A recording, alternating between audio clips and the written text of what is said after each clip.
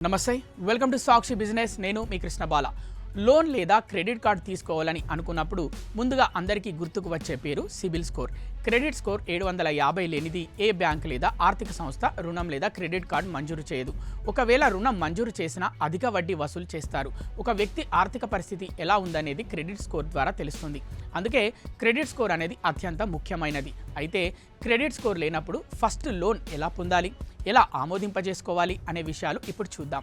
banking రుణ వ్యవస్థ ఎక్కువగా డేటాపై ఆధారపడి పనిచేస్తుంది సిబిల్ ఎక్స్పీరియన్ ఈక్విఫాక్స్ సిఆర్ఐఎఫ్ వంటి క్రెడిట్ బ్యూరోలు రుణాలు తీసుకునే తీరును పరిశీలిస్తాయి 300 నుండి 900 మధ్య క్రెడిట్ స్కోర్లను కేటాయిస్తాయి అధిక స్కోర్ ఉంటే సదరు వ్యక్తి రుణాలు సకాలంలో చెల్లిస్తున్నాడని అప్పును బాధ్యతాయుతంగా తీసుకుంటాడని ఆర్థిక సంస్థలు అంచనా వేస్తాయి ఇంతకుముందు ఎప్పుడు రుణం తీసుకోకపోతే వారిని అంచనా వేయడానికి వ్యవస్థ ఏమీ ఉండదు కొత్తగా సంపాదన మొదలుపెట్టిన వారికి ఎన్టీసీ న్యూ టు క్రెడిట్ లేదా -1 స్కోర్తో కనిపిస్తాయి ఎటువంటి క్రెడిట్ హిస్టరీ అందుబాటులో లేదని దీనికి అర్థం దీనివల్ల స్థిరమైన జీతం ఉన్నప్పటికీ మొదటిసారి దరఖాస్తు రిజెక్ట్ చేస్తారు మొదటి రుణ ఆమోదం పొందాలంటే క్రెడిట్ గుర్తింపును ఏర్పరచుకోవాలని బ్యాంకింగ్ నిపుణులు చెబుతున్నారు ముందుగా బ్యాంకు ఖాతా ఓపెన్ చేయడం దానిని యాక్టివ్గా ఉంచడం వంటివి చేయాలి ఇక యుటిలిటీ బిల్లులు అద్దె చెల్లింపుల వంటి సాధారణ ఖర్చుల కోసం క్రెడిట్ కార్డులను ఉపయోగించుకోవాలి ప్రతిసారి గడువు తేదీన లేదా అంతకంటే ముందే బకాయిలను చెల్లించాలి మొదటి రుణం ఆమోదం పొందాలంటే చిన్న మొత్తంతో ప్రారంభించి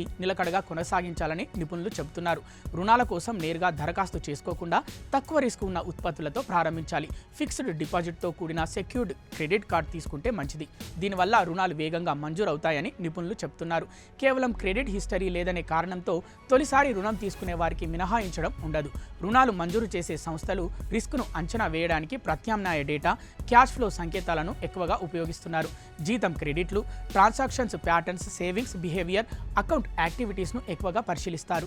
సాక్షి టీవీ ప్రసారాలను నిలిపివేయడం చట్టరీత్యా నేరం సాక్షి టీవీ ప్రసారాల కోసం మీ స్థానిక కేబుల్ ఆపరేటర్ని వెంటనే సంప్రదించండి డిటిహెచ్లో ఇంటర్నెట్లో కూడా సాక్షి టీవీ ప్రసారాలను వీక్షించవచ్చు